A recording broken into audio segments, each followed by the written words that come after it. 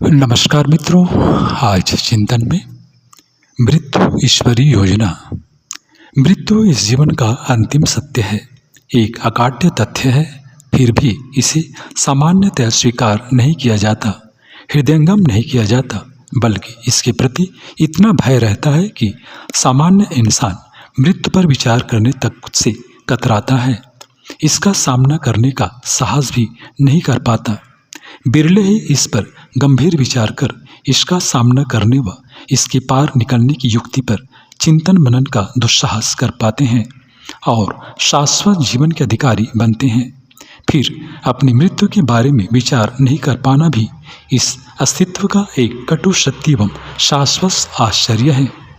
जब पांडवों से यक्ष ने प्रश्न किया था कि इस संसार का सबसे बड़ा आश्चर्य क्या है, तो इसका उत्तर देते हुए धर्मराज युधिष्ठिर ने कहा था कि संसार का सबसे बड़ा आश्चर्य यह है कि नित्य प्रति दूसरों को मरते हुए देखकर भी मनुष्य अपनी मृत्यु पर विश्वास करने को तैयार नहीं। उसे लगता है कि और कोई भले ही मर जाए, पर वह स्वयं सदा सर्वदा इस धरती पर बना रहेगा।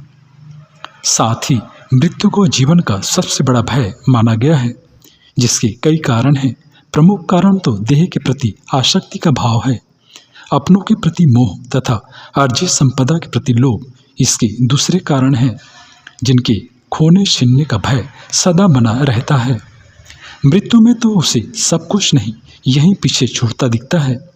फिर मृत्यु से जुड़े कष्ट का कल्पित भय भी उसकी आंतरिक दुविधा का एक बड़ा कारण रहता है।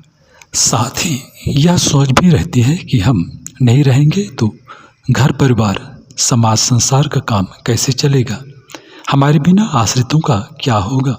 यह सत्य है कि आश्रितों की चिंता स्वाभाविक है और उनके लिए उचित व्यवस्था कर पाना पावन कर्तव्य है, लेकिन स्वयं को सृष्टि का कारण मानना भी एक बड़ा भ्रम है।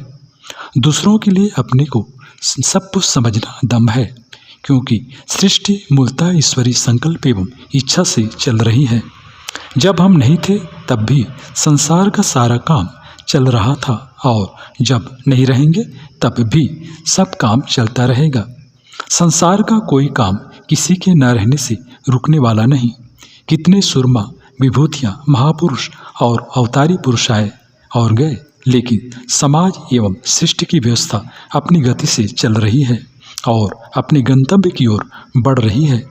इस तरह मृत्यु ईश्वर के अटल विधान का हिस्सा है और इस सृष्टि के शाश्वत सौंदर्य का एक अभिन्न अंग भी, जिसके पीछे प्रकृति माँ के करुणा विधान को काम करते हुए देखा जा सकता है, जिसे कई उपमाओं से परिभाषित किया गया है। कुछ इसे महानिद्रा की संज्ञा देते हैं। दिन भर कठिन श्रम करते हुए जब हमारा शरीर थक जाता है तो रात को सोना एक तरह से एक इस थकावट को मिटाने की प्रक्रिया है। रात को पूरी नींद लेने के बाद फिर हम अगले दिन के लिए तरोताज़ा एवं स्वस्थ होकर तैयार हो जाते हैं। नई शक्ति, स्फूर्ति और चेतनता के साथ दिन भर शाम तक अथक श्रम करते रहते हैं। मृत्यु भी जीवात्मा के लिए ठीक ऐसी ही स्थिति है। जीवन भर की थकावट मृत्यु की गोद में जाकर ही दूर होती है। ऐसे में अगले जीवन के लिए शक्तिदायिनी स्थिति का नाम ही मृत्यु है। इस तरह से विचार करें तो फिर मृत्यु से भय कैसा, जबकि मृत्यु के उपरांत हमें नया जीवन, नई चेतना और नई स्फूर्ति प्राप्त होने वाली है। इस तरह देखा जाए तो मृत्यु ईश्वरीय योजना का एक करुण विधान है। दार्शनिक बेकन के शब्दों में मृत्यु से नया जीवन मिलता है केवल वहीं से जहाँ मनुष्य मृत्यु की गोद में सोता है, पुनरुत्थान का शुभारंभ होता है। विचारक कोल्टन के शब्दों में मृत्यु उन्हें मुक्त कर देती है जिन्हें स्वतंत्रता भी मुक्त नहीं कर सकती। यह उनकी प्रभावशाली चिकित्सा है जिन्हें औषधियाँ ठीक नहीं कर सकती। यह उनके लिए आनंद और शांति की विश्राम स्थली है जिन्हें समय सांत्वना नहीं दे पाता। मृत्यु मानो एक लंबी छुट्टी पर जाने जैसा है। लोग अपने काम से छुट्टी लेकर किसी सुरम्य क्षेत्र में नदी, सागर के तट पर भ्रमण के लिए निकल पड़ते हैं।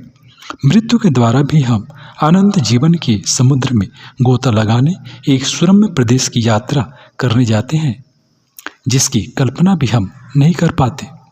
इस तरह मरण एक महान यात्रा है, महाप्रस्थान है, महानिद्रा है, जिसे जीवन और जगत के कार्य व्यापार से विरत होकर एक लंबी छुट्टी बिताना जैसा मान सकते हैं।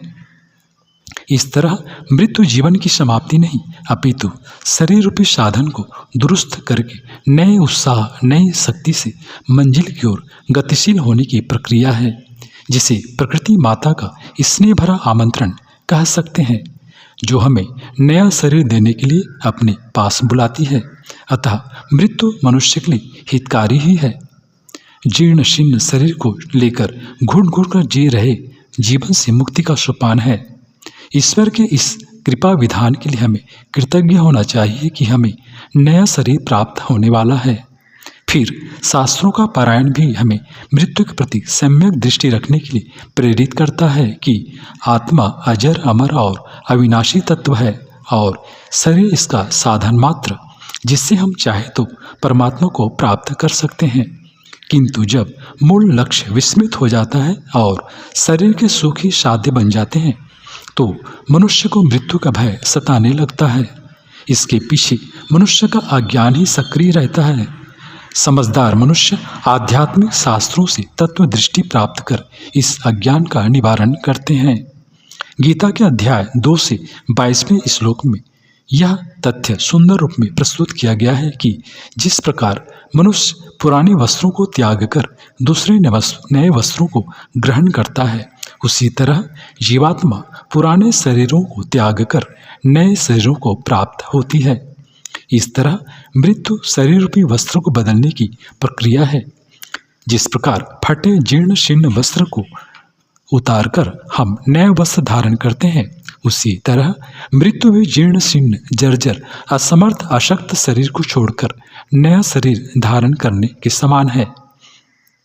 प्रकृति माता मनुष्य को मृत्यु के रूप में बुलाती है, नए वस्त्र पहनाकर फिर भेज देती है और यह सिलसिला तब तक चलता रहता है जब तक हम जीवन मृत्यु के चक्र से पार नहीं हो जाते।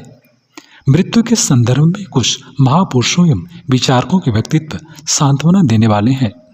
महात्मा गांधी के शब्दों में, मुझे तो बहुत बार ऐसा लगता है कि मृत्यु को जन्म की अपेक्षा अधिक सुंदर होना चाहिए। जन्म के पूर्व माँ के गर्भ में जो यातना भोगनी पड़ती है उसे छोड़ देता हूँ, पर जन्म लेने के बाद तो सारे जीवन भर यातनाएं ही भुगतनी पड़ती हैं। उसका तो हमें प्रत्यक्ष अनुभव है। जीवन की पराधीनता हर मनुष्य के लिए एक सी है। जीवन यदि अच्छा रहा है तो मृत्यु के बाद पराधीनता जैसी कोई बात नहीं होनी चाहिए। जिनका जीवन शुद्ध और पवित्र होता है उन्हें तो इस समय बंधन मुक्त ही समझना चाहिए। सदाचार का अभ्यास इसलिए जीवन में आवश्यक बताया जाता है ताकि मृत्यु होते ही मनुष्य शाश्वत शांति की स्थिति प्राप्त कर ले। दार्शनिक सुकरात का कथन था कि मृत्यु के बारे में सदैव प्रसन्न रहो और इसे सत्य मानो कि भले आदमी पर जीवन या मृत्यु के पश्चात कोई बुराई नहीं आ सकती। इसलिए यदि मनुष्य सचेष्ट होकर धर्ममय जीवन जीता है तो मृत्यु से घबराने का कोई कारण नहीं रह जाता।